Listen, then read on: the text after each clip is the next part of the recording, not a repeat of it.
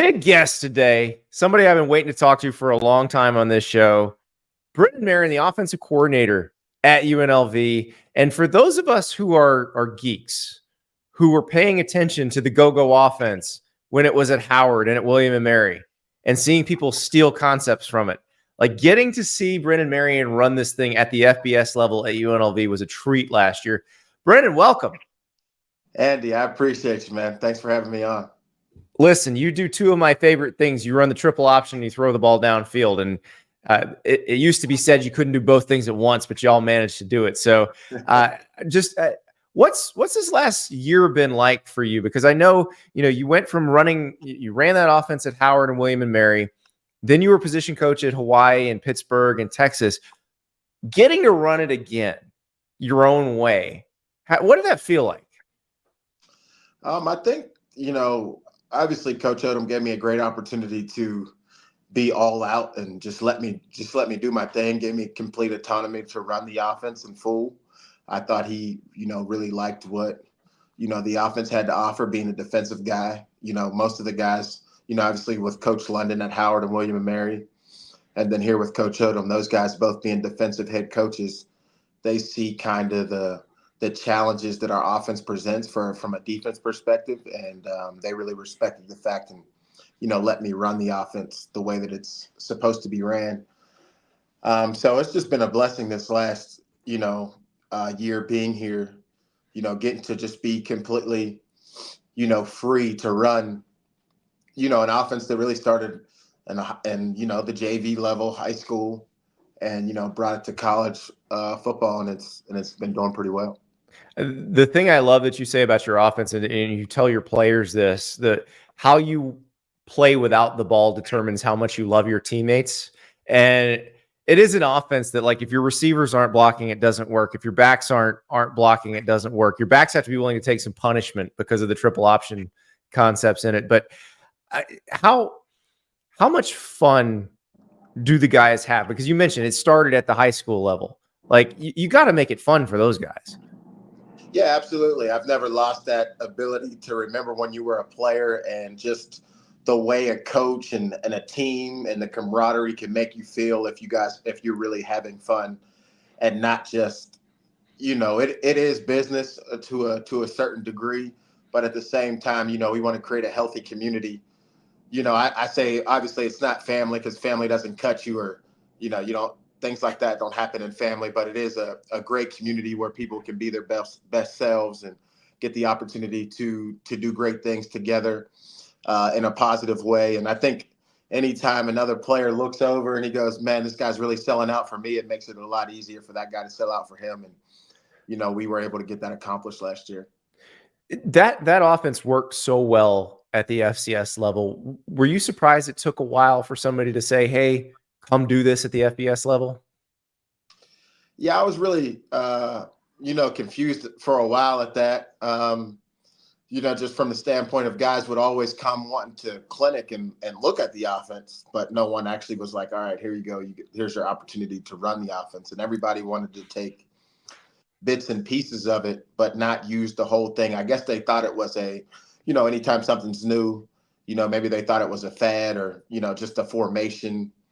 But, obviously last year we got a chance to prove that it can work at this level versus, any opponent. It was able to work. So I think now it'll be more of, I'd look for a lot more coaches to start using it and implement it at a wider scale level. When you got to UNLV and you were working in spring practice last year, did you know, okay, this is definitely going to work just as well as it always did before? Yeah, I mean, you got to think about the talent level that, everywhere that I've ran this offense has been at a school where, like in high school, I took over two of the last programs in the state, one in the last in the state of California, one in the last in the state of Pennsylvania. And then in 1 year with no transfers or, doing any stuff like that, we were able to be one of the top offenses in the state, in both states. So that gave me confidence when I got an opportunity in college. And then the same thing at Howard, to be the back-to-back leader in HBCU football and FCS football as one of the top, 10, 15 offenses in the country, with 6 linemen, a walk-on quarterback, not enough guy, like all that stuff, all those stories of not, the underdog players and underdog programs being able to get national recognition from what we do offensively gave me great confidence in knowing that, especially after, you have to think back. I scaled back and learned from some of the great offensive minds in football with Whipple and G.J. Kinney and, Coach Sark at Texas, learning under those guys and, implementing some of the go-go stuff in their scheme and then learning a lot what they do of developing quarterbacks, putting that all together now I was really ready to roll. So and G.J. Kinney, you mentioned, we've had him on the show. He's the Texas State head coach now. And so he was your quarterback at Tulsa, right? So he was redshirting my senior year. He was redshirting, and his recruiting trip, he came and stayed and hung out at my house, and we've been close ever since. GJ and me probably talk once every couple of weeks. We've always stayed in contact. When he was on the Eagles, different places, when we were in Hawaii together, we've always, stayed close and connected. Yeah, that's because he's another one, rising star. Big things are expected from both you guys. It's crazy that you're hosting him on his official visit to Tulsa. But Gus Malzahn was there at the time. Like, you've got a really interesting kind of football pedigree in terms of who you learn from. You mentioned getting to work with Sark when you're at Texas, Mark Whipple when you're at Pittsburgh. Like, who would you say is your biggest influence? I'd really say just Gus from the standpoint of, there's Gus from the standpoint of having the confidence to call your own offense and create something and do something different and unique. I'd say Mike Norvell from the standpoint of how I coach players and it being super personal and getting the best out of each player. He was my position coach at Tulsa and recruited me there. And, I always say, like, there's two people, him and a guy named Howard Irvin are the two reasons I have a college degree. I mean, that dude used to wake me up at 5 a.m. knocking on my door, like, your ass is going to be a freaking star. Like, you have no choice. Like, you're not going to fail. Like, he's just willing you to start him. Yes. Yeah. Norvell was not having it, and so I've always coached my players the same way that he coached me. Just take it very personal. And every player that I'm responsible for, I'm trying to make sure that they become a star and have an impact. And so, really those two guys, Gus just being the way that he is, like, we're going to run our stuff. I don't care what no one says, and then getting a chance to be around Whipple, who was really the same way, just in a passing way. I had never seen a guy like so obsessed about the pass game and like forcing it to work and making it work and not caring what anybody thought about it. And then I guess being with Sark, just Sark is just a cool dude from the standpoint of, like, it's really hard. I mean, you got to be a real guy to be able to manage the level of politics and stuff that go on in Texas, the superstar, status of Texas, and still, call the plays and be able to do all that. So, I try to learn from everybody. I mean, I worked with a lot of great guys. I've worked with Kenny Dillingham, all types of guys that are big time guys in football right now. And, I've taken pieces from all those guys. So you mentioned Norvell as your position coach. Like, he's in his 20s at that point. Could you see what he became? Like, even back then, could you see that was coming for him? Yeah, you kind of always knew with Norvell. Like, he wasn't out there to make friends or see if coaches liked him. Like, he was full speed and developing the receivers. Like, he was a GA at first, and they were like, all right, you get to work with the receivers today. And he was like, cleats on, full speed, release it. Like, he was ready. Like, anytime you gave him a job or a task, you just saw that he was doing it, like trying to do it like best in the country. I mean, that was kind of his mindset. He was hungry, and you could tell that, he would be something big in the future. But we had Jake Spavital on that staff. Yeah. I mean, there was a lot. There's so many guys. I mean, Coach Graham, everybody gives Coach Graham a hard time because he's a tough guy, but he hired a lot of real coaches that, he gave opportunities at a young age. Dan Lanning. I mean, there's a lot of guys that have gone through the Todd Graham tree that have made it, big time in football now.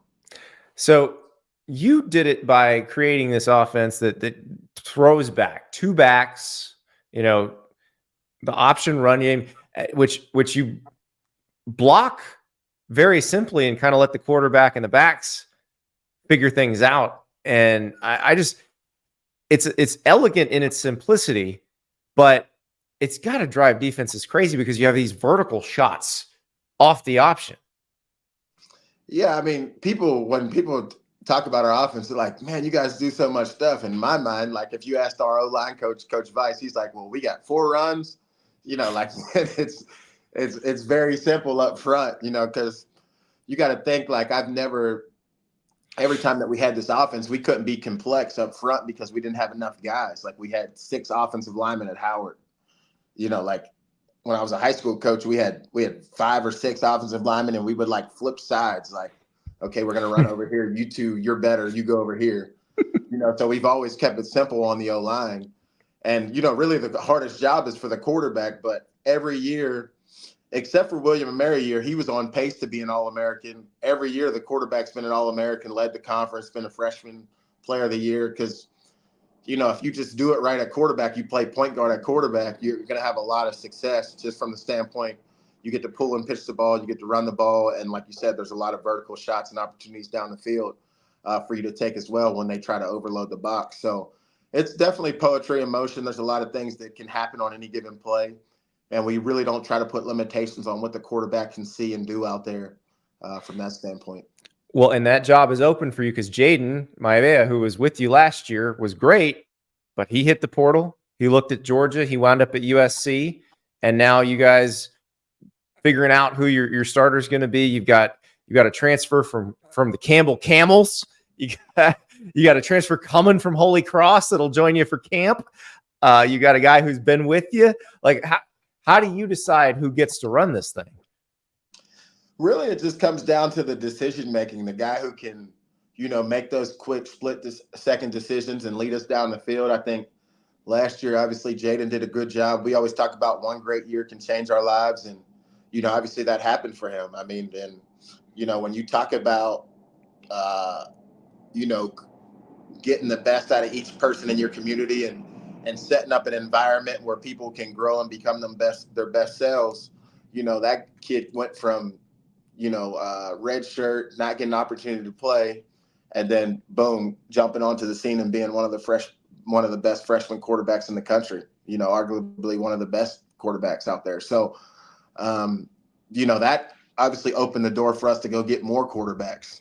And now we have 2 of the top FCS quarterbacks coming in here to compete with a guy who was here last year, Cam, who did a really good job, and he's learned. He was a true just drop back passer, and he's learned how to, play a little bit of street ball, as we say. You got to be able to, distribute and dish the ball and also be, very fundamentally sound and be able to throw the drop back passes as well. So it'll be a fun summer for sure to see who, fights it out and makes it out. But really, in our room, we want to have 3 guys ready to play that can go in and make an impact. Last year, we started with a guy who, went to the Manning camp and we thought would have a really big time year, and obviously injury took him out. And then Jaden stepped into the role and took over and led us to the conference championship game for the first time in school history. So our job in the quarterback room is to make sure we have 3 guys ready to roll to, help us play championship level football. And you got that vertical threat in Ricky White, which I imagine makes all of that a little easier. Yeah, I mean, that guy's different. That's a different human right there. He's just visiting Earth every once in a while, How exciting is it for you? Like, you're not installing this anymore. You've got players who run this offense, who understand it. Obviously, we mentioned you got to figure out the quarterback situation, but how much more can you add to it with most of your offense understanding what it is they're doing already?